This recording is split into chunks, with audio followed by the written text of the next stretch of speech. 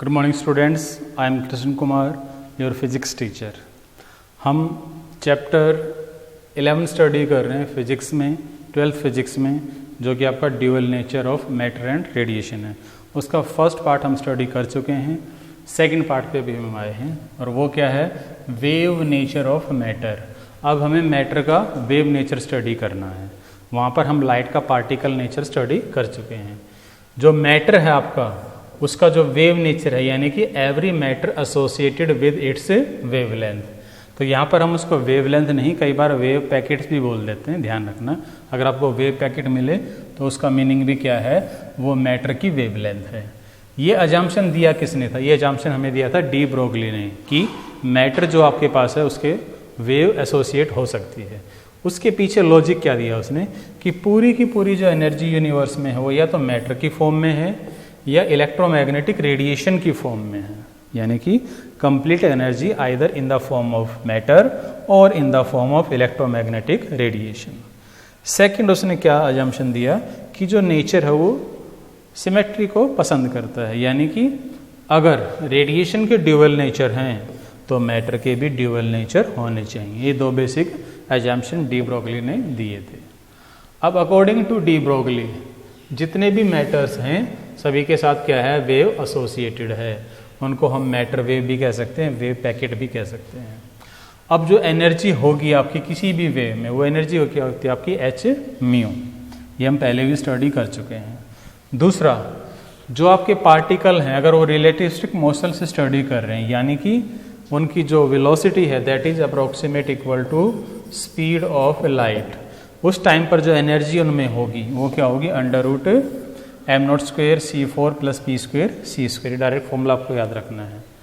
अब अगर मैं फोटोन की केस की बात करूं तो फोटोन में क्या होता है, हमें पता है कि फोटोन का रेस्ट मास कितना होता है, 0 होता है। तो रेस्ट मास 0 होते ये पैरामीटर आपका 0, तो E equal to under root P square C square, under root से स्क्वेयर कट गया तो E equal to P C. और ये हम पहले स्टडी कर चुके हैं, E equal to H mu. इन दोनों को मैं इक्वल कर दूंगा तो यहाँ से P क्या होगा आपका, एच म्यू बाई सी, यानी कि h बाई लेमडा। तो यहाँ से वेवलेंथ क्या आ जाएगी आपकी, h बाई पी। पी क्या आपका मोमेंटम। अब मोमेंटम क्या होगा, मास इनटू वेलोसिटी। तो वेवलेंथ आपकी क्या हो जाएगी, h बाई एम वी। और अगर आपकी जो लाइट, जो पार्टिकल है वो लाइट की स्पीड से ट्रेवल कर रहा है तो उस टाइम पर आप क्या करेंगे, जो ये मास है उसको रेस्ट मास की फॉर्म में आप लिख देंगे, M not divided by under root 1 minus V square C square. अब इसके कंक्लूजन क्या हुए डी ब्रोगली के, कंक्लूजन यहाँ से मिलेंगे आपको। देखिए, जो वेवलेंथ है लेमडा वो इन्वर्सली मास है और इन्वर्सली वेलोसिटी है, ध्यान रखना, यही कंक्लूजन है। तो पहला क्या है, lighter the particle greater the wavelength, यानी कि पार्टिकल जितना हल्का होगा, जितना मास कम होगा, उतनी ही उसकी वेवलेंथ क्या होगी, ज़्यादा होगी। दूसरा, जितना फास्ट ट्रेवल करेगा पार्टिकल, वेवलेंथ उसकी उतनी ही कम हो जाएगी। अगला, जो वेवलेंथ है वो इंडिपेंडेंट ऑफ चार्ज है। देखिए यहाँ पर इस फॉर्मूले में कहीं भी चार्ज नहीं है, यानी कि चार्ज ऑफ पार्टिकल पे डिपेंड नहीं है। नेक्स्ट क्या है, बड़ा इंपॉर्टेंट है ये, कि जो EM वेव हैं वो मैटर के साथ रिलेट नहीं होती हैं। मैटर की कोई भी EM वेव नहीं होगी नेचर में, क्योंकि जो EM वेव हैं वो कैसे प्रोड्यूस होती हैं, एक्सेलरेटेड चार्ज पार्टिकल से। ये हमने चैप्टर 8 में पढ़ा था जब हमने EM वेव पढ़ी हैं।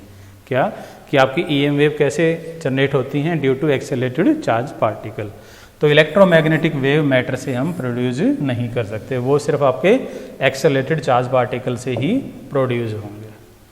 अब डी ब्रोगली हम वेवलेंथ कैलकुलेट करते हैं इलेक्ट्रॉन के लिए।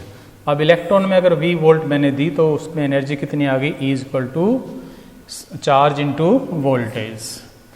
अब एनर्जी आपको पता है कितनी होती है, half M V square kinetic energy. अब यहाँ से मुझे वेलोसिटी कैलकुलेट करनी है, 2 इधर जाएगा, m नीचे आएगा, इसका अंडर रूट हो जाएगा, ये आ गया velocity is equal to under root 2E by M.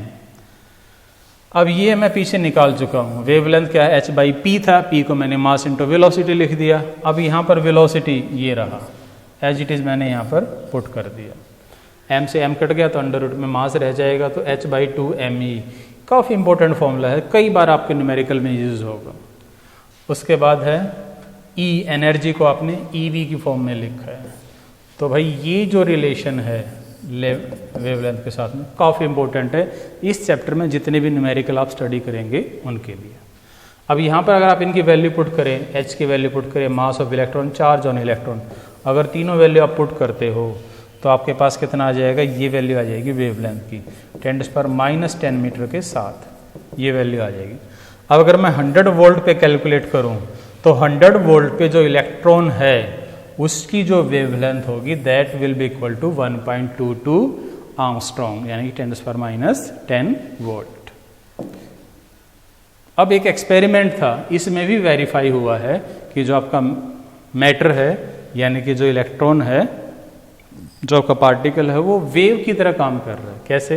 इस एक्सपेरिमेंट में क्या हुआ है, यहाँ पे आपके पास इलेक्ट्रॉन गन है, यहाँ से इलेक्ट्रॉन एमिट हुआ, तो ये आपका निकल क्रिस्टल है। अब जैसे यहाँ पर लाइट आएगी, यहाँ से आपके इलेक्ट्रॉन इजेक्ट होंगे। क्या होंगे? इलेक्ट्रॉन इजेक्ट होंगे, और वो जो इजेक्शन है वो स्कैटर होंगे चारों तरफ यहाँ पर। अब ये आपका डिटेक्टर है जो यहाँ पर ऐसे रोटेट करता रहेगा। अब आपको एक पर्टिकुलर एंगल चेक करना है जहाँ पर आपको मैक्सिमम इलेक्ट्रॉन मिले। अब वो इस एक्सपेरिमेंट से क्या मिला, एंगल आपका ये फाई होगा 50 डिग्री, और वोल्टेज यहाँ पर जो अप्लाई करोगे वो आपकी होगी 54 वोल्ट पे आपको मैक्सिमम मिलती है इसकी वैल्यू। तो देखिए अब क्या होगा, इस डायग्राम को देखिए, ये तीनों एक ही प्लेन पे हैं, थीटा फाई थीटा 180 डिग्री। अब यहाँ से 2 theta is equal to 180 minus 5, theta is equal to 180 minus 5/2। अब फाई कितना एक्सपेरिमेंट से आया था हमारा 50 डिग्री, यहाँ पे पुट करेंगे तो थीटा कितना आ जाएगा 65 डिग्री। अब जो ब्रैग्स लॉ है जो हमने वेव ऑप्टिक्स में स्टडी किया था, उसका फॉर्मूला आपका होता है 2d sin theta is equal to n lambda. n आपके ऑर्डर है, यहाँ पर अगर मैं फर्स्ट ऑर्डर की बात करूँ तो फर्स्ट ऑर्डर के लिए n की वैल्यू हम क्या पुट करेंगे, 1 पुट कर देंगे।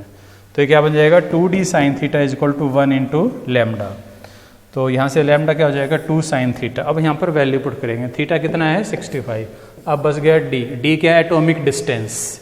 अब यहाँ पर निकल क्रिस्टल था, निकल क्रिस्टल में जो एटॉमिक डिस्टेंस है वो कितनी आपकी 0.91 आंगस्ट्रॉम। ये दोनों वैल्यू यहाँ पर मैं पुट करूँगा, देखिए जरा वेवलेंथ कितनी आती है। जब मैंने दोनों वैल्यू पुट की हैं तो वेवलेंथ आपकी आई है 1.66 आंगस्ट्रॉम। तो ये वेवलेंथ कैसे है, आपकी एक्सपेरिमेंट से है, जो जर्मर डेविशन एक्सपेरिमेंट है उससे इसकी वैल्यू आई है। अब अगर हमने जो पहले डी ब्रोगली वेवलेंथ का एक फॉर्मूला निकाला था, lambda is equal to 12.27 10⁻⁻10 metre, या फिर आप एंगस्ट्रॉन भी लिख सकते हो। ये हमने फॉर्मूला निकाला था। इसमें v कितना था हमारा, देखिए v पीछे कितना हमने लिया था 54 वोल्ट एक्सपेरिमेंट में। तो यहाँ पर मैंने 54 वोल्ट पुट कर दिया। जब इसको हम सॉल्व करेंगे तो ये वैल्यू आएंगे। अब ये दोनों वैल्यू कंपैटिबल हैं, ऑलमोस्ट इक्वल हैं। ऑलमोस्ट इक्वल हैं तो इसका मतलब क्या है, इलेक्ट्रॉन का पार्टिकल नेचर से स्टडी करें या वेव नेचर से स्टडी करें, दोनों की वेवलेंथ आपकी अप्रोक्सीमेट सेम है। यानी कि इलेक्ट्रॉन एक टाइम पर वेव नेचर है तो दूसरी टाइम पे पार्टिकल नेचर भी हो सकता है। अब इसकी एप्लीकेशन है, इसकी एप्लीकेशन कहाँ पर है, इलेक्ट्रॉन माइक्रोस्कोप में। माइक्रोस्कोप आप पढ़ चुके हैं, आपकी रे ऑप्टिक्स में माइक्रोस्कोप का मतलब क्या, आप छोटी चीज़ों को देख पा रहे हो। तो अगर आप इलेक्ट्रॉन माइक्रोस्कोप बना रहे हो तो उसका जो रेजोल्यूशन है वो अराउंड 10⁻⁵ टाइम स्मॉलर है। यानी कि जो चीज़ें आप अच्छी तरह एक लाइट सिंपल माइक्रोस्कोप से देख पाते हो, उससे 10⁻⁵ टाइम स्मॉल एलिमेंट भी आप इलेक्ट्रॉन माइक्रोस्कोप से देख पाते हो। अभी हुआ कैसे, देखिए ज़रा। ये सिर्फ आपका वेवलेंथ की वजह से है, क्योंकि आपकी जो रेजोल्यूशन होता है माइक्रोस्कोप का वो किस पे डिपेंड होता है, वेवलेंथ पे। जितनी वेवलेंथ कम होगी उतना ही बढ़िया उसका रेजोल्यूशन होगा। अब अगर आपका कोई इलेक्ट्रॉन 60,000 वोल्ट पर हम उसको एक्सेलेरेट करते हैं तो उसकी वेवलेंथ देखिए इतनी है, और जो वेवलेंथ आपकी लाइट है वो आपकी 400 से 700 नैनोमीटर होती है। मैंने एवरेज ले लिया 500 आर्मस्ट्रॉन्ग, 500 नैनोमीटर होता है। अगर आप इन